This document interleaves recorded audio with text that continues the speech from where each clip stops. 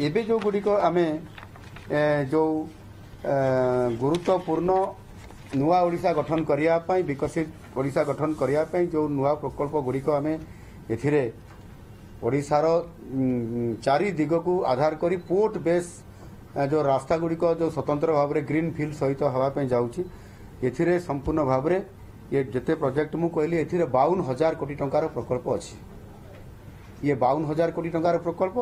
एवं 21,650 कोटी टंकार प्रकल्प जो गुड़िक कि अधा अप्रूव होती अधा गुड़िक खूब कम दिन भितर अप्रूव होवार से आमको प्रतिश्रुति देइछंती। एभली भाव में जदि आमे देखिबा पाखापाखि 75,000 कोटी रु अधिक टंकार ये प्रकल्प गुड़िक आम सामने जितेबले स्वतंत्र उत्कल प्रदेश शतवार्षिकी पालन हम ता पूर्वर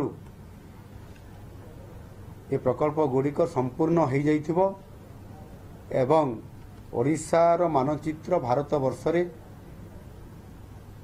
जो आमर रहिला एनएच एवं एनएचआई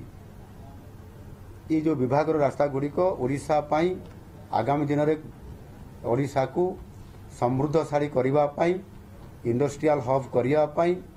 एवं लोकंकर आर्थिक क्षेत्र में संपूर्ण भाव में स्वावलंबनशील करने प्रभुत्व भूमिका नेब एवं ओडिशा विकसित ओडिशा हब ये प्रकार आज केंद्र सरकारंकर ये भूपृष्ठ परिवहन बा सड़क परिवहन एवं आमर जातीय राजपथ केंद्र मंत्री नितिन गडकरी जी सहित आलोचना होती बहुत पॉजिटिवली होती। निश्चित भाव में प्रकल्प गुड़िक खूब शीघ्र से आमको अप्रूवाल करी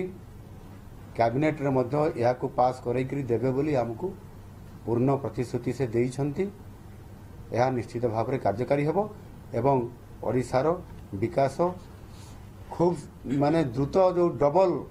2 गुणा होकर जो दौड़ब जो कथा कहा जाइथिला घोषणा पत्र रे एवं निर्वाचन पूर्व जो प्रतिश्रुति दिया ओडिशार लोक मानू एवं ताहा कार्यकारी करने एवं निजे भारतर यशस्वी प्रधानमंत्री मोदी जी जिते संसद भवन रे तांकर वक्तव्य रखी से पूर्वोदयर कथा कही पूर्वोदयर विकास कथा कही भारत वर्ष जदि विकसित हम आगु भी कही जे पूर्वोदय अर्थात ओडिशार विकास को से प्राधान्य देइछंती ताहार सहित मध्य जे ओडिशा जो आमर जो विकास रो जो ट्रेन भारत सरकार जो विकास ट्रेन रो गति जो ट्रेन जो चलुची से इंजिन परे जो प्रथम बगी हेबो सेटा हला ओडिशा हेबो ये कथा को गुरुत्व आरोप करने सहित से फोकस करने चाहते एवं से स्वतंत्र भाव में बहुत सकारात्मक भाव में आलोचना होती केंद्र मंत्री सांगरे एवं अधिकारी मानकर सहित मध्य समान समस्त प्रकार सहयोग करेंगे बोली एवं आमर निजे ये बाबद समय क्रमे पर्याय क्रमे रिव्यू हम से 3 स्तरीय रिव्यू हम निजे मु मुख्यमंत्री हिसाब रे 3 मास रे थरे यहाँ को मु जेते एनएचआई एवं एनएच रो जो रोड गुड़िक अच्छी ता उपरे 3 मास रे थरे मु रिव्यू करी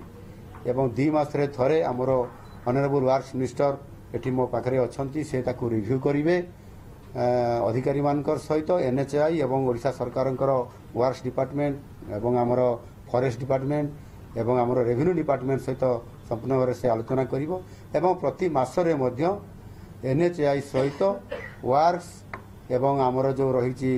फॉरेस्ट डिपार्टमेंट रेवेन्यू डिपार्टमेंट सहित से प्रति मासरे मध्य रिव्यू करिवे या द्वारा यार जो जो लैंड एक्विजिशन अच्छी जो विभिन्न प्रकार विवाद अच्छी समस्या अच्छी ताकू तुरंत समाधान करा जाई पारिबो एवं खूब शीघ्र जो टंका जो गुड़िक जो 21,650 कोटी टंका जो एबे काम आरंभ होबार संभावना आसी जाइछि सेगुड़िक को आगे त्वरान्वित दियाजिबो एवं परवर्ती जो 52,000 कोटी टंकार जो प्रकल्प गुड़िक मुझे कहली जो ग्रीन फील्ड सहित ये जो आपंकर ग्रांड रिंग रोड कथा कहली सेगुड़िक आमर 2029 मसीहा सुधा ये प्रकल्प गुड़िक सर से यह खूब शीघ्र से प्रकल्प गुड़िक आम सामना को आसब केंद्र सरकार आमको कैबिनेट रे एवं तांकर विभागीय जहाँ आवश्यकता अनुमोदन करके आमको से प्रोजेक्ट गुड़िक पठेबे ये प्रकार आमको दृढ़ प्रतिश्रुति देइछंती यदि किसी पचारे पचारि पारे एवं सर कोस्टल हाईवे विषय किसी कथबार्ता है मोर क्वेश्चन रहा सर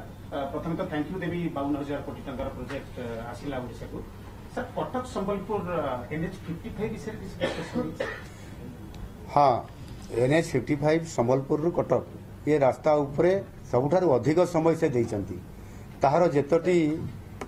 कोन कहा जाउची पार्ट पार्ट ही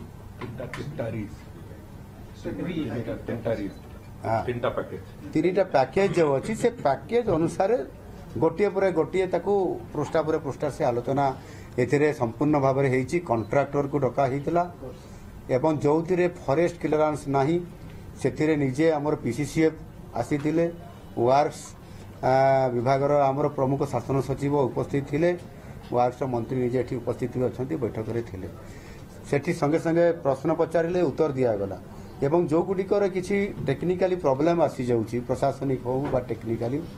तुरंत समाधान करी देबा पई आम सरकार को तरफ विभाग तरफ प्रतिश्रुति दिया